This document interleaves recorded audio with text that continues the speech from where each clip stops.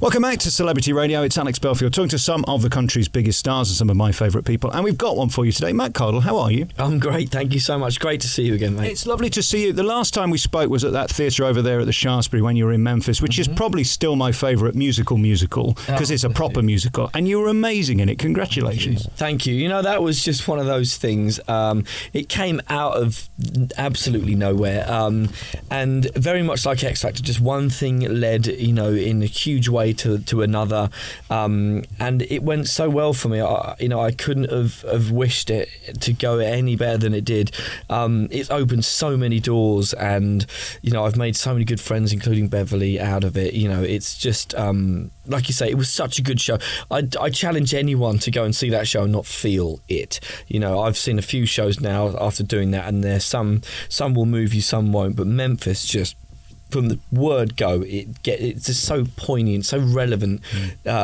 Just the tale of acceptance or lack thereof. Do you know what I mean? And tolerance and equality, and to have such an uplifting show with such a heavyweight message running through it that was portrayed so brilliantly. I mean, if it doesn't come back into the West End or at least a tour, or I think it might be on Broadway still, but if it doesn't come back over here, it's a crime. And Memphis Lives in Me is probably one of the greatest songs ever recorded in the West End or on Broadway.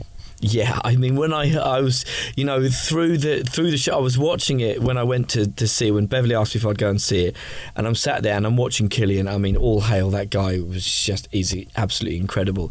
And I'm waiting for, and the story's really, really pulling you along, and you can feel the tension building, you can feel the emotion building in the show. Up to that point, and then after he kisses Felicia on the TV show, and it all starts to crumble around him, and then he just left him on stage on his own, and then the piano comes in, and I was like, and turned to Nathan. He's like, "This is it. This is where we were about to find our pinnacle of the show. This is where it is about to crescendo."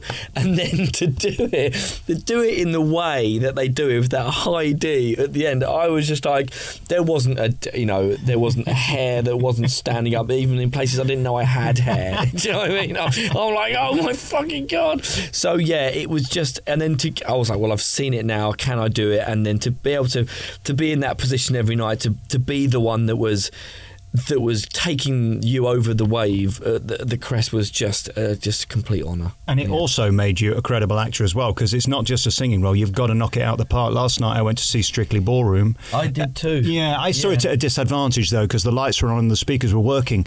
But with your show, I mean, it was the complete opposite. It was compelling, it was raw, but you got to do it. You couldn't just phone it in. You really couldn't hide from that role. There was no hiding. And after I bumped into some people at the after show of Strictly last night, and they were a lot of the people from Memphis, and they just reminding me of my track through the show, and the fact that there's no other role around like that like Huey, where out of a 2-hour show you're on for 11 minutes.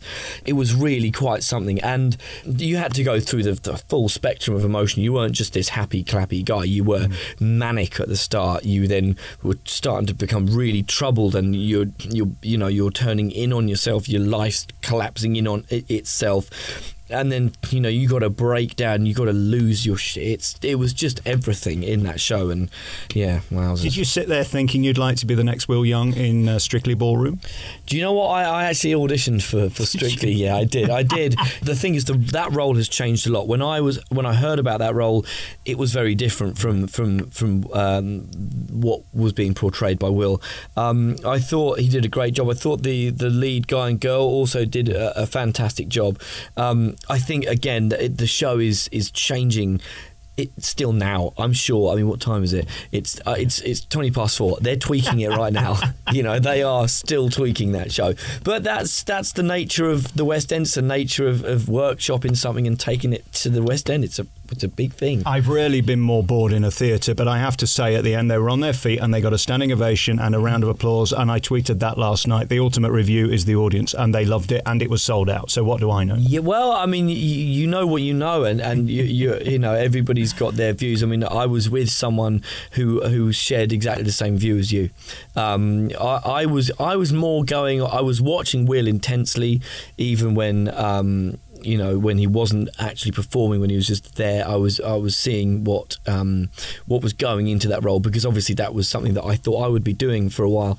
But it's again, I couldn't help but just hear what the crowd were bubbling and fizzing and stuff. But you know, it will keep changing. Thank God you chose to bring out a new album and not be in that. That's all I can say. It is a great time to be alive, because let's face it, to be young, to be credible, to be relevant, to be good looking, to have a ton of fans who think you're delicious, and then to have an amazing talent and voice doesn't get much better than that, really, does it? Well, yeah. I mean, that's very, very kind of you to say. Thank you. You know, it's not been an easy ride since X Factor. It's not been easy at all. But you know, I've found myself back signed to Sony Records, and after, you know, after leaving in such a public way, and then struggling, you know, so publicly with my addiction and whatnot, and then there was a point when I never thought I would make an album again, let alone with a label, let alone a major label, being Sony of all places. You know, it's for me, this is so much sweeter than winning the X Factor. I mean, I'll never take anything away from the fact that was, you know, a crest of a wave that year. And you know, to have almost a third of the nation TVs tuned into it, and to get the vote every week, and you know, that was such a huge and special thing for me. But the record deal was part and parcel of the prize. I was just, whoever won that show was going to get that deal. It wasn't aimed at me, it was aimed at the winner. I just happened to win it. Whereas now it's off my own volition and my own hard work and dedication to writing this album, and then approaching Sony, that they would turn around and say, yeah, you know what, we'd love to sign that and let's do it. That's the sweetest thing so far. And you can't pull any favours at this point. You can't ask for sympathy, or you can't live off X Factor now. They've either signed you because they like you, or they're not going to sign you. There's no in between, is there? No, absolutely. That was what's made this just so special, because so much time has gone by. It's almost like that was just, for me, it's like, say that hasn't happened, I have written an album, and you know, having the name that I do have, whatever level that may be at, helped me to be able to get my foot in the door and go, well, he's got an album, well, okay, well, let's hear it. If it had been shit, they wouldn't have picked up. The fact of the matter is, it's not, you know. And if I can't write a great album after 3 years, I should really quit my day job and do something else. You know what I mean? So I'm over the moon. I'm absolutely over the moon. I listened to it all the way through, and you're so gifted and you're so natural at what you do. The album, yeah, they sent it to me. So thank you for that. Firstly, no. It's so wonderful in a sense that you haven't gone the way of sort of the automation as so many of these songs have, where we can't hear you and it's shrouded in everything. We've got that voice. We can hear Matt there first, which I think is the most important. It sounds relevant to my generation. I think it also sounds relevant to people probably 15 years younger than me. That's a tough balance, isn't it, to find the right sound now, because markets, it has changed even since X Factor. It really has, and excuse me, that's a very good point you're making, and it's the one thing that I was missing on the first album. It was polished pop, and Biff and Ash did an incredible job with that album, and it, you know, again, it connected and sold platinum. You know, with the ensuing albums, I was doing it myself. I wasn't really there a lot of the time. In my head, I was elsewhere. But I was making this kind of throwback indie rock pop thing, which, you know, which my fan base, it did really well, but it wasn't relevant to the music at the time. I wasn't changing with the times. I was regressing with production, if I'm honest. Well, you were playing to the choir in a way, weren't you? Absolutely. No, I really, really was. I was. But with Time to Be Alive, I just said to Jim, like, I want to strike the balance between something acoustic that's me and something that's really happening now. And Jim's such a cutting-edge producer, but even he has been able to go a little bit left field with the album. I mean, you've heard something like Crazy Love. It's a huge song, but there's still some real left. And also the mix engineer Chris Elms, who's been working with Bjork, and he's done some incredible albums. I said to you, please just go left, because we've gone down the middle before. We've gone all the way sort of like back in time. Now I want to strike that pop thing, but just a little bit left field. My interpretation was, this is you saying, this is me, take it or leave it. It's the best me I can be right now. And I think your fans are going to love you for that. It's an interesting time. I mean, I look on Twitter today and the reaction to you is extraordinary. The fan base you have and the love you've created really is incredible. Do you get great solace from that? I really do. You know, they surprise me each and every day. My phone, I swear the battery runs out quicker than normal because of the notifications. I should turn them off, but I don't want to turn them off because I can neglect social media. I'm not good at self-promotion, and I know those guys are there each and every day, you know, even just wishing me like, hey, hope you're all right today. I mean, it's fucking amazing, like, excuse me, but they really are just the most incredible, loyal, hardcore fans. I mean, they get me in trouble at times. They'll pick up on things that people say and do, and they'll go at them. Like they had this big thing with Sarah Cox once when she said something on the Buzzcocks. And look, I get you're going to poke fun at people. Like if you've been dropped by Simon Cowell, you're going to get the finger pointed at you, and so be it. I've got thick skin, sort of, you know. And then there was another one, and it was blessed. I love him to pieces. Graham Norton, he said something on his show, and it wasn't even harsh. I mean, I don't think he would say something horrible like that about an artist, but they took it in a funky way. And the next thing, after the next song, he was like, "I'm sorry, can Matt Cardle fans please stop tweeting? Stop tweeting into the show. I didn't do anything wrong. Like, what is your problem?" Excuse me. And yeah, it was. You know, that's when I'm like, I want to be like, guys, I love you, but just not Graham, not Sarah, not Graham. Like, if anyone's mean to me on Twitter, you go for your life, but just not these guys. Yeah, pick someone who's unimportant. Exactly. How are you? This is a question I asked you last time. I mean, as I sit staring at you now, you're looking great. You seem in an amazing frame of mind. Are you well? Yeah, I am. It's been a lot. I have control back over my life. You know, I did 19 months. I think when we spoke, I was completely clean. But I'm a very hedonistic person. I've grown up that way, and that is part of my life. The party, if we'll put it that way, has always been part of my life, and I think it always will be until such time as to stop.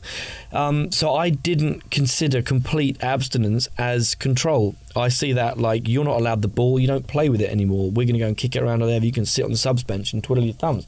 So I needed control. I wanted to feel in control again. So I picked up drinking again and whatnot. I mean, benzos, Valium, prescription drugs is just a fucking absolute no-go for me at all. You know, that's an absolute, you know, if that ever happens, there's places I can go to talk to people about it, and I will do that if so. I want control. I have control. I'm happy. And you know what? The most important thing is that I'm happy with this. And I'm proud of that. And like, you know, even a couple of some of the latter albums, you know, The Fire and Porcelain, bar the thing that I did with Mel C, that was just a genius song that she was involved in, and I'm, you know, so proud of that. I would never for a millisecond take anything away from Loving You or any of that thing. But with the albums as a body of work, if someone's like, "Oh, you're a musician, oh, you've got an album, stick it on," I'll be like, "Yeah, maybe wait till you get home. Wait till you Google it when you get home, or YouTube it when you get home. Not now, let's not ruin the vibe," you know. Whereas this album, if they like want to put a track on, there's a few tracks that, you know, you can stick on at parties or whatever. There's a track that I'd stick on in the car, but I listen to it, and I'd for the first time I have that level of pride in my work, and that is what's making the difference to me. But you've got to be careful being too hard on yourself, because if I did the last interview with you again, I would have asked questions differently or thought of better questions than the ones I wasted your time with, and I'll probably think the same in a year's time when I talk to you again. Do you see what I mean? Like, we can all use hindsight as a great way of beating ourselves up. You've actually just got to be present and go, this is the best I can be today, isn't it? Yes, no, you're absolutely right, and that's the thing. I mean, I can listen to it. I mean, I haven't wanted to because, you know, I was so involved with the production of all of them so far. There's this horrible thing that by the time an album is printed and it's going onto the CD, I'm already onto the next thing. I'm already over it, kind of in my head. I'm picking holes, I'm picking it apart to the point I don't like it. I'm not doing that consciously because it's taken me so long, and damned if I'm about to start hating on it when it's taken me 3 years to write. I'm not going to do that yet. But I could listen and tell you that this isn't right, that should have been there, boom, boom, boom.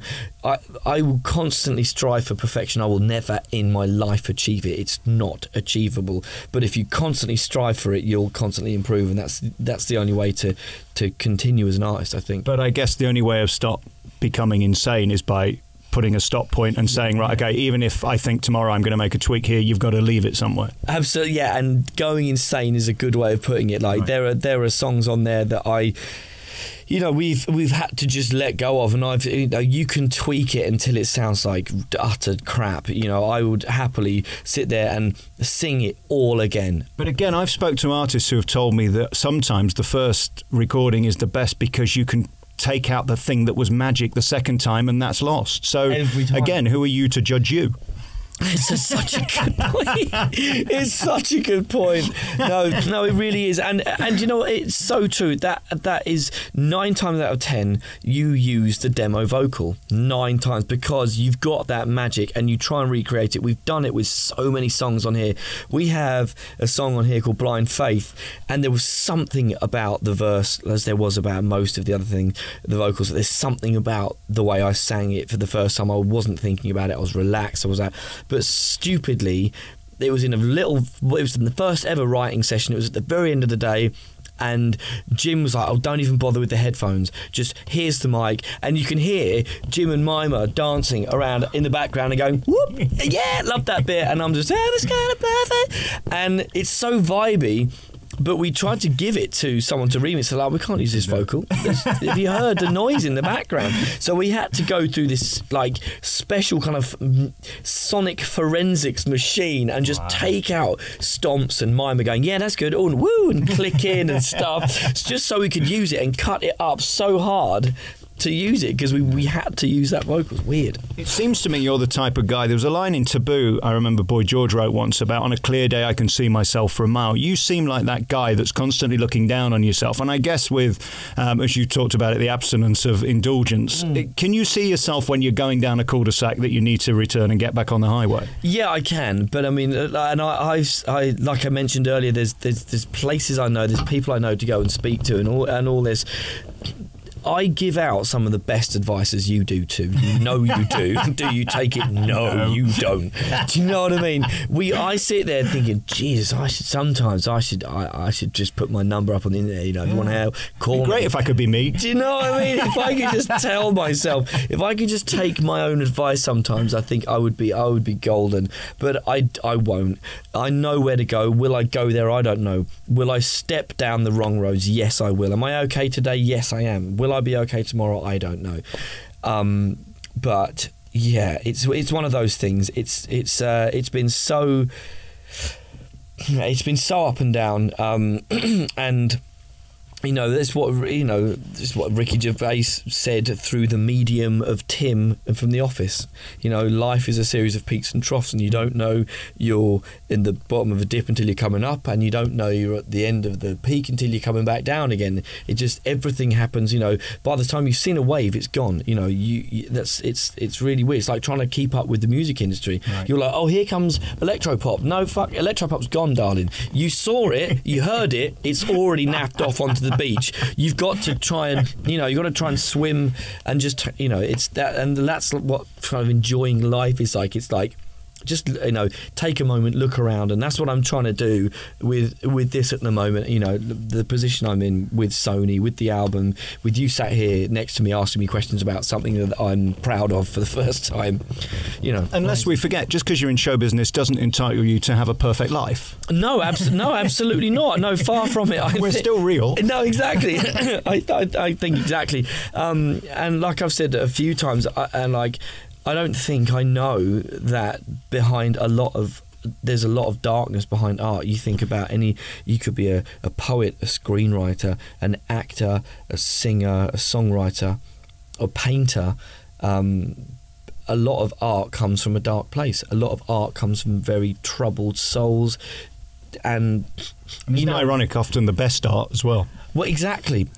And I in some weird twisted way, I'm really glad that my trouble, or some serious trouble has been had, to produce the art that I have produced here, rather than trying to rehash something that has happened to me and do an album because that's just what I should be doing. No, something really happened to me, and something really dark has came into my life, and it's all there in an uplifting way. Well, for what it's worth, I think you're one of the most talented people I've ever met, and I think you're tremendous. But then again, lest we forget, I was the guy who was stood there with the standing ovation last night wondering why everybody else thought it was marvellous. So my judgment really, I disregard. No, I just look, that's really so lovely of you, so thank you very much. Your fans have been sending my phone off the hook. It is ridiculous how popular we are, and we thank you. We're not going to get round to them all, but they've got many questions. Regarding the tour, just talk about that. People want to know where you're going. Are you going to do a huge tour? Are you going to be coming to everybody's town? We will be trying to. The bigger the tour, the more it will be a city-based thing.